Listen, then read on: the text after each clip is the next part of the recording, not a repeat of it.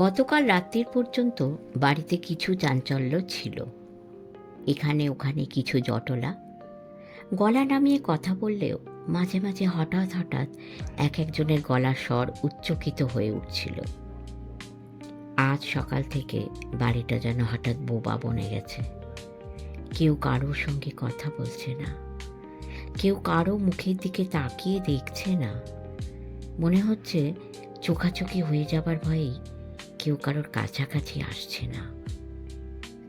এই মস্ত তিনতলা বাড়িখানার মধ্যে কে কোনখানে রয়েছে টের পাওয়া যাচ্ছে না, অথচ আছেও তো বেশ কয়েকজন। সরমার দুই বিবাহিতা মেয়ে যারা গতকাল সন্ধ্যায় এই বাড়িতে এসেছে রয়েছে। সরমার অবিবাহিতা ছোট মেয়েটা তো কাছেই থাকে, এখানেই আছে। আর সরমার অবিবাহিত ছোট ছেলেটা, সেও হয়তো বাড়িতেই আছে, অথবা এখন নেই। তবে রাতে তো ছিল, খেয়েছিল কিনা আর ঘুমিয়েছিল কিনা সে খবরটা আর জানা নেই সরমার। কিন্তু সরমার বিবাহিত বড় ছেলেটা, সেও একসময় এ বাড়িতেই থাকতো না? খেত, ঘুমতো, লম্বা চওড়া কথা বলতো, আরও কত কি যে করতো। না, সে ছেলেটার পায়ের শব্দ, গলার শব্দ অনেক দিনই আর এ বাড়িতে শোনা যায় না। আর সেই না যাওয়াটা তো ক্রমেই অভ্যাস হয়ে রয়ে গেছে। সরমার দুই জামাইও গতকাল থেকে এখানেই রয়েছে। তারাও যে লম্বা চওড়া কথা বলতে জানে না তা নয়, তবে আজ বলছে না। এইসব ছাড়া সরমার সংসারে পুরনো নতুন মিলিয়ে গোটা ৩-৪ কাজের লোক আছে। গতকাল থেকে তাদের কাজ বেশ খানিকটা বেড়ে গেছে। সরমা নির্দেশ দিতে না এলেও তারা জানে দিদিমণিরা, জামাইবাবুরা এলে রান্নাঘরে কতটা কি করতে হয়। হয়তো আজ ততটা না করলেও চলতো, কেউ কিছু বলতো না, কিন্তু সেটা তাদের জানবার কথা নয়। তারা শুধু আজ বাড়ির নিথরতার সঙ্গে খাপ খাইয়ে নিথর হয়ে রয়েছে, কাজগুলো করে চলেছে নিঃশব্দে। সরমার এই বাড়িতে আপাতত এরাই রয়েছে, আর রয়েছেন সরমা নিজে তিনতলার এই ঘরখানায়। যে ঘরখানা বাড়ির মধ্যে সব থেকে বড়, সব থেকে হাওয়াদার, সব থেকে সুন্দর। বলতে গেলে এই ঘরটায় পুরো ৩ তলা। ঘরের আনুষঙ্গিক হিসেবে এধারে ওধারে বাথরুম, ঢাকা বারান্দা, খোলা বারান্দা। ঘরটাই শুধু যে সুন্দর তা নয়, বাড়ির মধ্যে সব থেকে সুন্দর করে সাজানো। এই ঘরটা সরমার বড় ছেলের ঘর, অথবা একদা যাকে বলা হতো ছেলে বউয়ের ঘর। সরমা সেই ঘরটাতেই বসে আছেন। সোফায় নয়, চেয়ারে নয়, খাট বিছানায় নয়, বসে আছেন মাটিতে, দুটো জানলার মাঝখানে সরু দেওয়ালটায় ঠেস দিয়ে। কিন্তু কতক্ষণ বসে আছেন? কত বছর, কত যুগ? বসে থেকে থেকে কি পাথর হয়ে গেছেন নাকি? তা নইলে এমন অনড় হয়ে আছেন কি করে? পাখাটা ফুল ফোর্সে খোলা রয়েছে বলেই সরমার খোলা চুলের গোছা উঠছে চওড়া পাড় শাড়ির এলোমেলোভাবে ছড়িয়ে থাকা আঁচলটা। সরমা হাত নেড়ে একটু ঠিক করেও নিচ্ছেন না। কতদিন পরে ৩ তলায় উঠে এসেছেন সরমা, কতদিন পরে এই ঘরটায় ঢুকেছেন। ১ বছর, ২ বছর, ৩ বছর, কে জানে। সময়ের হিসেবও আর তেমন সঠিকভাবে মাথায় থাকে না, ভাবতে গেলে মাথা গুলিয়ে যায়। শেষ যেদিন এসেছিলেন সেটা একটা শীতকালের রাত না? তারপর আরও ২টো শীতকাল চলে গেছে মনে হচ্ছে। এখন তো খুব গরম চলছে। তাহলে যাকে মরুক, কি হবে ওই হিসেবটা নিয়ে? সরমার দিন রাত মাস বছর কিছুই যেন আলাদা নেই, শুধু জমাট বাঁধা এক খণ্ড সময়। অথচ সেই জমাট বাঁধা ঝাপসা ঝাপসা সময়টার মধ্যেও এই মস্ত তিনতলা বাড়িটার মধ্যে জীবনযাত্রার লীলা চলেও চলেছে। ছোট মেয়ে এমএর জন্য প্রস্তুত হচ্ছে। ছোট ছেলে ঠিক কী করছে তা সরমার ঠিক জানা না থাকলেও কিছু একটা করছেই তো মনে হয়। আচ্ছা, ও তখন সেই শীতকালটায় সিএ পড়তো না বোধ হয়, ভাবলে মনে পড়ে। এই জমাট বাঁধার সময়টার মধ্যে বড় মেজ দুই মেয়ে, স্বপুত্র কন্যা, স্বস্বামী কতবারই এসেছে, থেকেছে, বেরিয়ে চলেও গেছে, খাওয়া মাখা করেছে। হঠাৎ হঠাৎ হাসি গল্পে ঢেউ উঠেছে বাড়ির বাতাসে।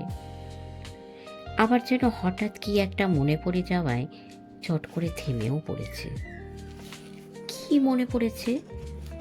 এ বাড়ির বাতাসে এখন আর হাসির শব্দ মানায় না।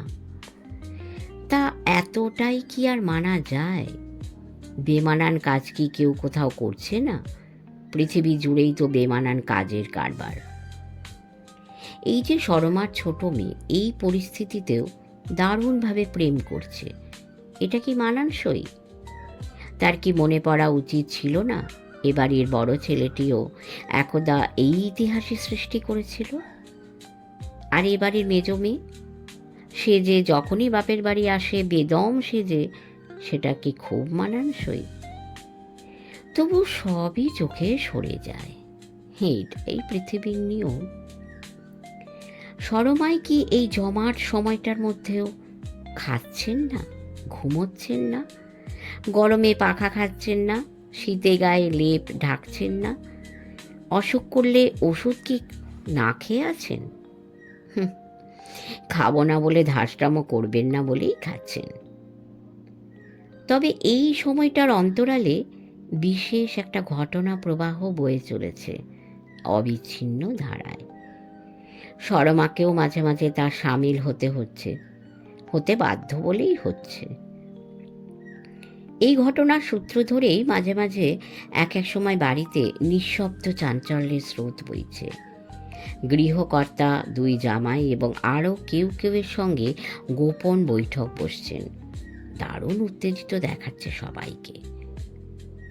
আবার এক এক সময়ে কেমন ঝিমিয়ে যাচ্ছে সবাই, মিয়ে যাচ্ছে। মনে হচ্ছে একটি নাটক অভিনীত হয়ে চলেছে, যার নাম দেওয়া যেতে পারে আশা আকাঙ্ক্ষা ধৈর্য। এই নাটকের কুশীলবের মধ্যে সরমাও একজন, তবে সরমার ভূমিকা তেমন উচ্চকিত নয়।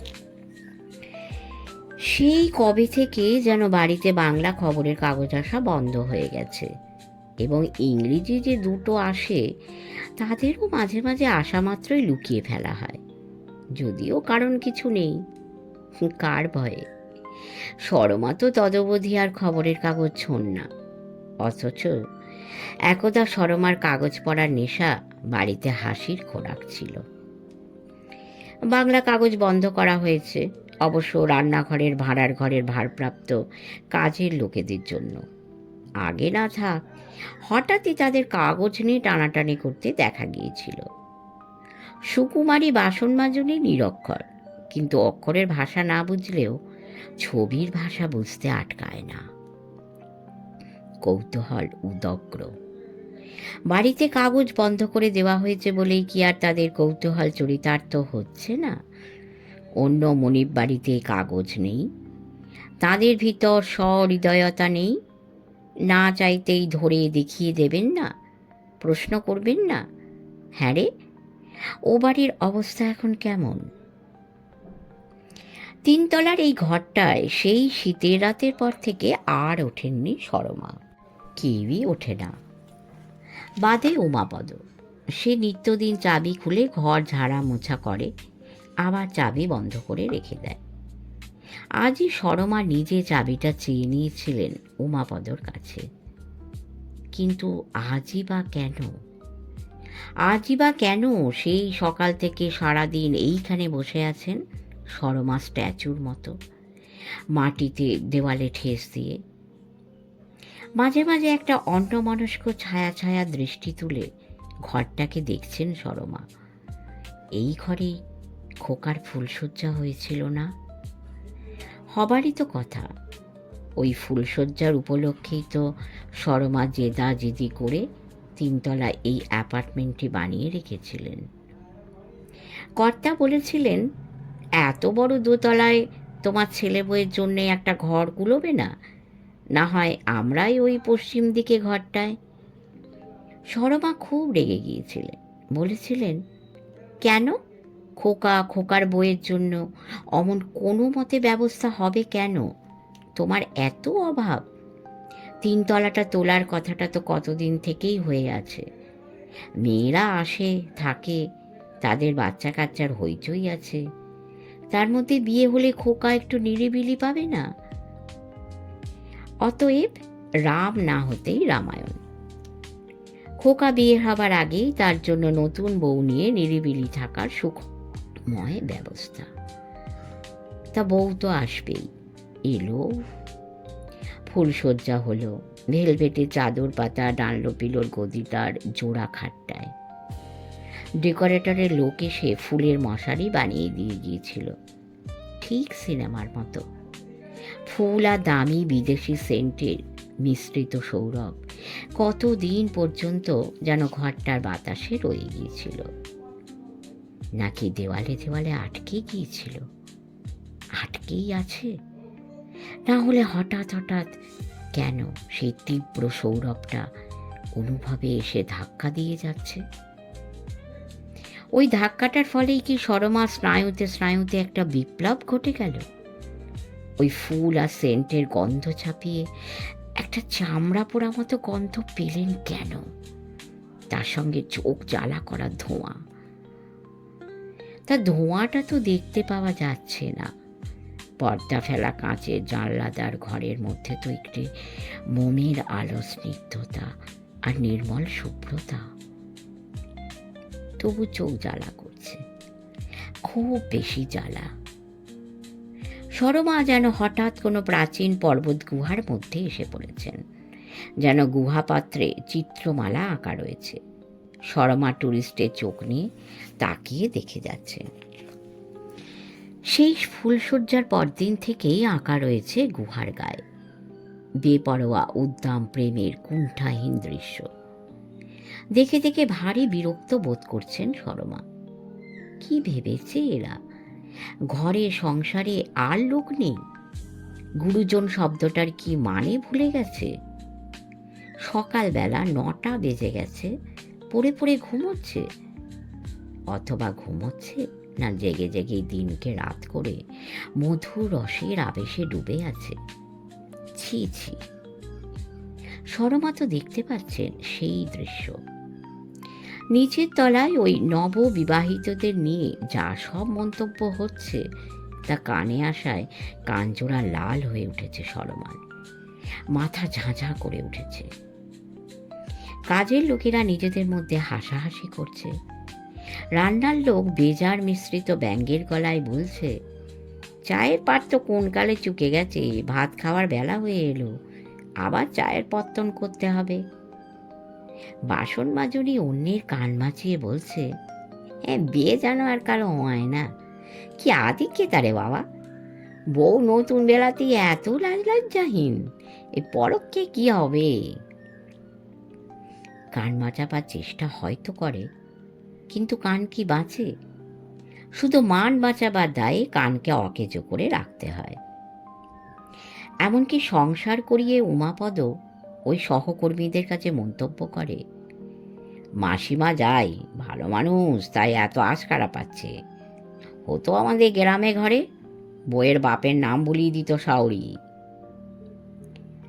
তা ওরা তো আড়ালে আবডালে, বাড়ির লোকেরা, তারা তো আর আড়ালে বলছে না, সরমাকে আক্রমণ করেই বলছে।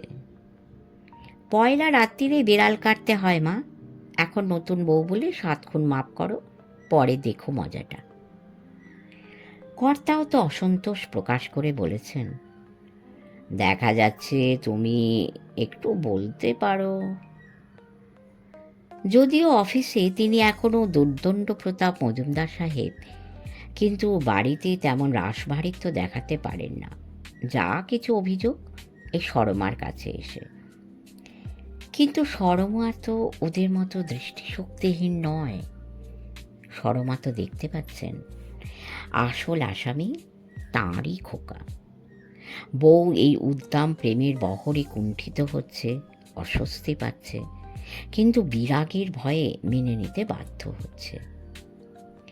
সকালবেলা অতখানি বেলায় ঘুম থেকে উঠে নিচে নেমে আসার সময় বউয়ের পিঠে হাত জড়িয়ে গালে হাত বোলাতে বোলাতে সিঁড়ি দিয়ে নেমে আসার কি কিছু দরকার আছে? চায়ের টেবিলে বসে অন্যজনের সামনে নানাবিধ খুনসুরি করবার, নিজের প্লেট থেকে খাবার তুলে দেবার এবং বাড়ি মাত করে চেঁচাবার, মা এই দেখো তোমার বউ আমার প্লেট থেকে সব নিয়ে নিচ্ছে। মজা করা, কিন্তু সবাই কি মজাটা অত বোঝে? আর সভ্যতা, শালীনতা, গুরুজন এইসব শব্দগুলোকে আমল না দেওয়ার যে মজা, সেটা কি সবাই হজম করতে পারে? বসবার ঘরে সান্ধ্য আসরে মা, বাবা, দিদিরা, জামাইবাবুরা এবং ছোট বোন সবাই যেখানে সেখানে।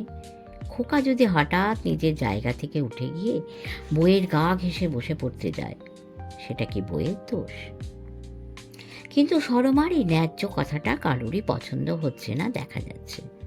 অন্তত চিত্রমালা তো তাই বলছে। বলছে এ হচ্ছে বইয়েরই অলক্ষ্য ইশারা, কারণ প্রেমে পড়ে বিয়ে করা বউ, তার খাতিরই আলাদা। খোকা যে দুম করে একটা প্রেম টেম করে বসে পরিবারের সকলকেই হতাশ আর বিরক্ত করে তুলেছিল, সেটা তো ঠিকই। সরমাই কি খুব খুশি হয়েছিলেন? তার যে এই খুব দামি ছেলেটির উপর অনেক আশা ছিল, সেই চিরন্তন বাঙালি ঘরের মাতৃহৃদয়ের সুপ্ত কল্পনা। মেয়ে দেখা শুরু করেননি বটে, তবে আত্মীয় মহলে অনেকেই সরমার ছেলেটির উপর নজর ফেলে বসে থেকে মেয়ে দেখিয়ে রেখেছিল। কিন্তু খোকার সুখের উপর তো আর কোনো কিছুই দাঁড়াতে পারে না। মেনে নিয়েছিলেন সরমা এবং মানিয়ে নেবার জন্য বাইরে ও ভিতরে চেষ্টা চালিয়ে যাচ্ছিলেন। শুধু যদি খোকার মধ্যে অত উদ্যম, বেয়ারা, বেপরোয়া ভঙ্গিটা এত বেশি প্রকট না হতো। বিয়ে বাবদ যে মাসখানেক ছুটি নিয়েছিল খোকা, দেখা যাচ্ছে সেটা ফুরিয়ে যাবার পর উদ্দামতার ভঙ্গি বদল হলো। বউ নিয়ে বেরিয়ে যাচ্ছে যখন তখন হুটহাট, ফিরছে গভীর, যত ইচ্ছে রাত করে, এসেই সোজা উঠে যায়। লজ্জা নেই, কুণ্ঠা নেই, যুক্তি নেই, শুধু খবরটা জানিয়ে দেওয়া। হয়তো বিনয় মজুমদার কোনো কোনো দিন জেগে থাকেন আর অসন্তোষের গলায় বলে ওঠেন, হরঘড়ি এত বাইরে খাওয়া, পার্টি ফাটি থাকলে বলে গেলেই পারিস, তোর মা না খেয়ে বসে থাকে। এই অসন্তোষের স্বরটা শুনতে পাচ্ছেন সরমা। ছবিরা মাঝে মাঝেই কথা কয়ে উঠছে। এই অসন্তোষের স্বরের পরই একটা তাচ্ছিল্যের স্বর। কেউ যদি বোকামি করে কষ্ট পায়, সে দায়িত্ব আমার নয়। বহুবার বলা হয়েছে, আমাদের জন্য বসে থাকার দরকার নেই। সিঁড়িতে উঠতে উঠতে আরও কিছু যোগ করে গেল যেন। এমন কিছু দামি খাবার ছিল নাকি, যা ফেলা গেলে লোকসান? মনে তো হয় না। রান্নার যা মেনু, চাকর বাকরদের দিয়ে দিলে। শেষটা শোনা গেল না। স্বরে বেশ জড়তা ছিল, তাই থাকে পার্টি ফেরত অবস্থা, অথবা শখ করে কোনো দামি হোটেলে বউ নিয়ে খেয়ে আসা। যথেচ্ছ ভ্রমণের অসুবিধা তো কিছু নেই। কোম্পানি একটা গাড়ি দিয়ে রেখেছে সর্বদা ব্যবহারের জন্য, উর্দি পরা ড্রাইভার। তাহলে ডাঁট হবে না?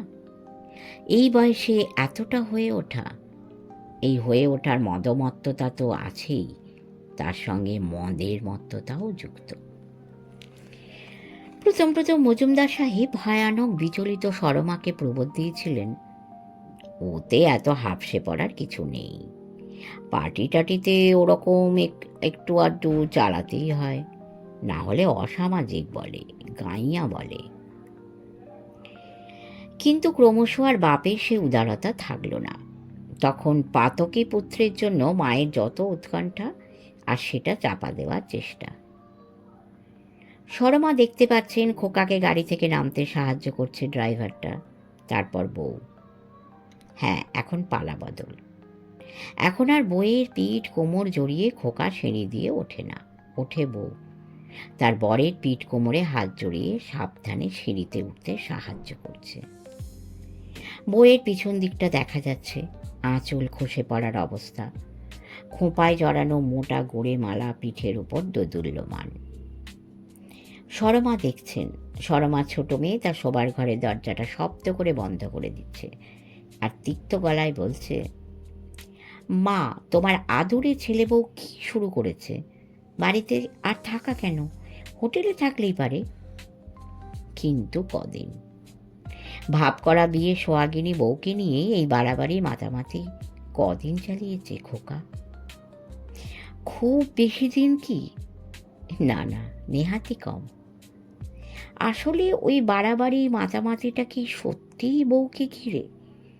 বাড়াবাড়ি মাতামাতি সব কিছুই নিজেকে ঘিরে। বউ তার একটা উপকরণ মাত্র, অথবা খেয়ালের খেলনা। হঠাৎই দেখা গেল খেলনার বদল হয়েছে। খোকার বেড়ানোর সঙ্গিনী পাল্টেছে। এ ও সে কানে তুলে দিয়ে যাচ্ছে সরমার। অফিসের একটি সুন্দরী স্টেনোকে নিয়ে খোকা উন্মত্ত। সুন্দরী? খোকার বইয়ের থেকেও? কি জানি, সরমা তো তাকে দেখেনি। যারা খবরটা কানে তুলে দিয়ে যায় তাদের মধ্যে সরমার জামাইরা আছে, তবে সরমার কানেই তোলে, বিনয় রঞ্জনের কানে নয়।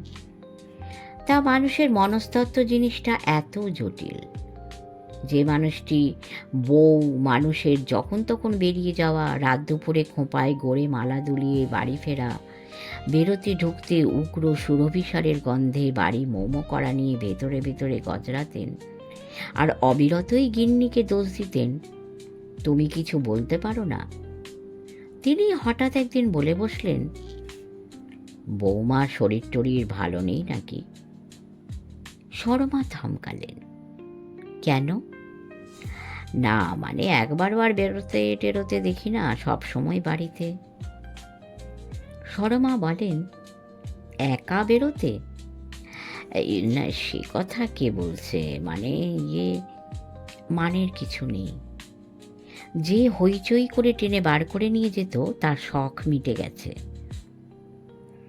আবার সরমার ছোট মেয়ে এই একই পরিস্থিতিতে বলেছে, আচ্ছা মা, বৌদি আজকাল রাত দিন অমন বিরোহিনী বিরোহিনী মুখ করে ঘুরে বেড়ায় কেন বলো তো? ও কি ভেবেছিল চিরকাল দাদা ওকে নতুন বউয়ের মতো মাথায় করে নাচবে? কোনোদিনই বাড়ির বউ হয়ে সংসার টংসার দেখবে না।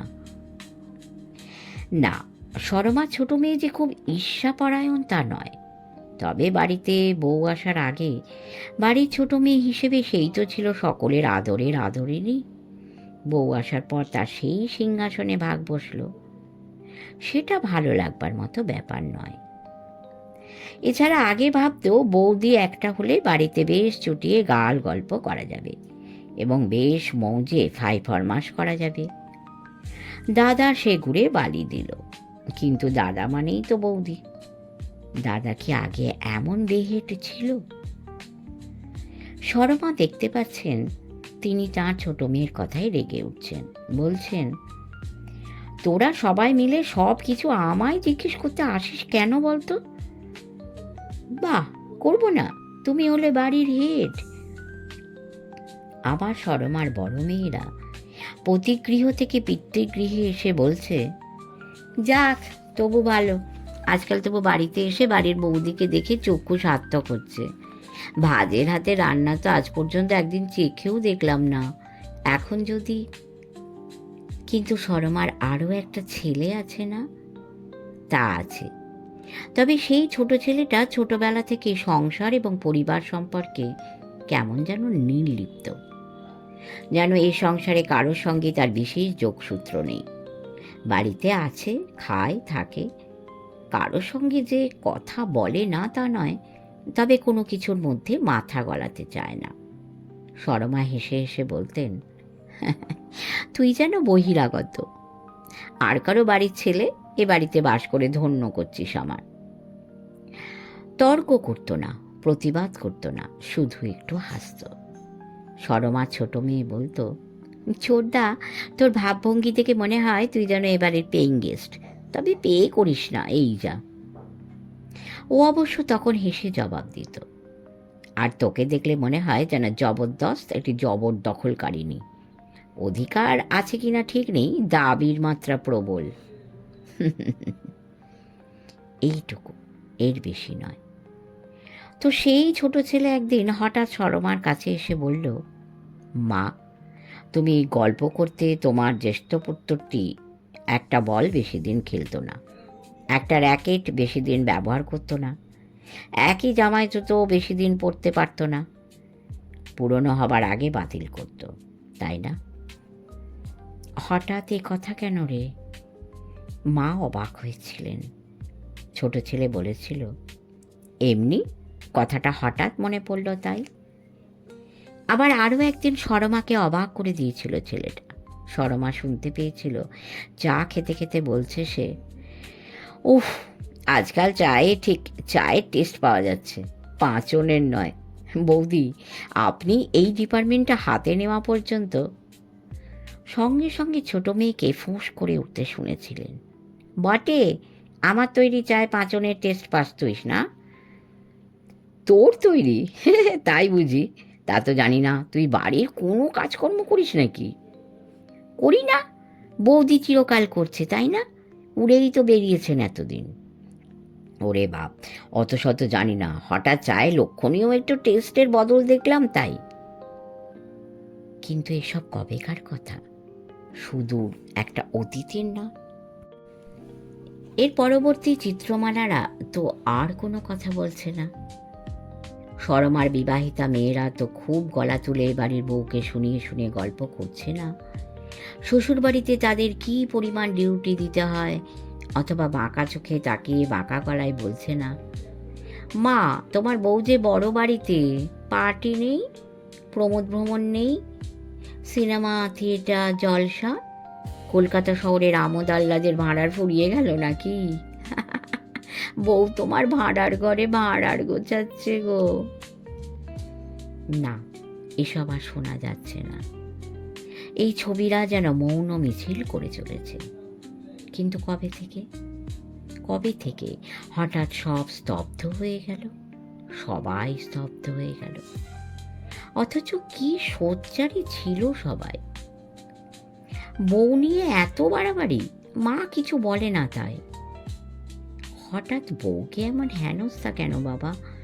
অন্য মেয়ে নিয়ে ঘোরাঘুরি, মা কিছু বলে না বলেই। মার আদরের খোকা যে, সব ছেলে মেয়ের থেকে আদরের, তাই দোষ ঘাট দেখতে পায় না, স্নেহান্ধ। কিন্তু মা কি সত্যিই অন্ধ ছিল? দেখতে পেত না আগে এবং পরে? তাই বলে সরমাও কি ওদের সঙ্গে গলা মিলিয়ে তার খোকার সমালোচনা করবেন? খোকা বলে ডাকেন বলেই কি সত্য সম্পর্কে অবহিত নন? ওদের সঙ্গে গলা মেলাতে বেঁধেছে সরমা, পারেননি। প্রশ্নটা মাতৃস্নেহের নয়, মাতৃমর্যাদার। শাসন যেখানে পৌঁছতে পারবে না, সেখানে শাসনের হাত বাড়াতে যাওয়ার মতো ধৃষ্টতা আর কি আছে? কিন্তু কবে থেকে সব প্রশ্ন শেষ হয়ে গেল, সব কিছু স্তব্ধ হয়ে গেল। সেই উৎসটা খোঁজবার জন্যই কি সরমা সকাল থেকে এই একটা জায়গায় স্তব্ধ হয়ে বসে অতীতের পাতা উল্টে চলেছেন? কিন্তু ঠিক হিসেব করতে পারছেন কই? খাতার পাতাগুলো যেন সেলাই খুলে ছিঁড়ে ছড়িয়ে পড়েছে, পৃষ্ঠা নম্বর মারা নেই। কি করে তবে পরপর সাজিয়ে ঠিক করে দেখা যাবে? কি করে বোঝা যাবে ওই স্তব্ধতার মূল কোথায়? ঠিক তার আগের সেই ভয়ঙ্কর ঝড়টা, ঝড় নাকি ভূমিকম্প? ভয়ঙ্কর ঝড় কি অমন ভয়ঙ্কর নিঃশব্দ হয়? সরমার বড় মেয়ে একবার কখন যেন নিঃশব্দে তিনতলায় উঠে এসে সিঁড়ির সামনে থেকেই দেখে গেছে সরমাকে। ডাকতে সাহস পায়নি, বলতে পারেনি, মা, সকাল থেকে নির্জলা রয়েছ, অন্তত একটু চা খেয়ে গলাটা ভিজিয়ে নাও।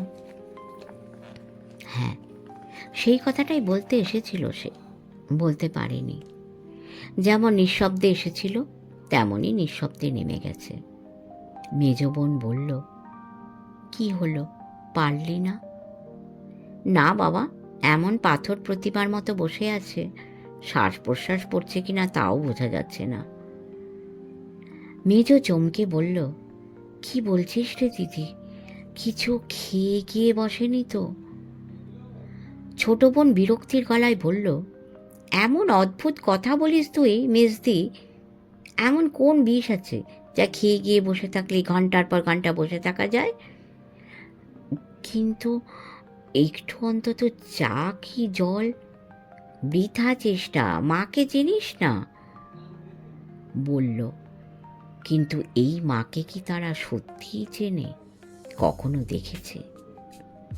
দীর্ঘদিন ধরে অনেক ঝড় চলছে ওর ওপর দিয়ে এবং স্তব্ধ করেই দিয়েছে, কিন্তু তবু আজকের মতো এমন নয়। বাড়িতে এখন পুরুষ বলতে পরিবারের কেউ নেই, আছে বেতনভোগ এরা। তবে কার সাহস হবে মুখ হবার? তারা বোবা চোখ আর বোবা কণ্ঠ নিয়ে নিজ নিজ কাজ করে চলেছে মাত্র।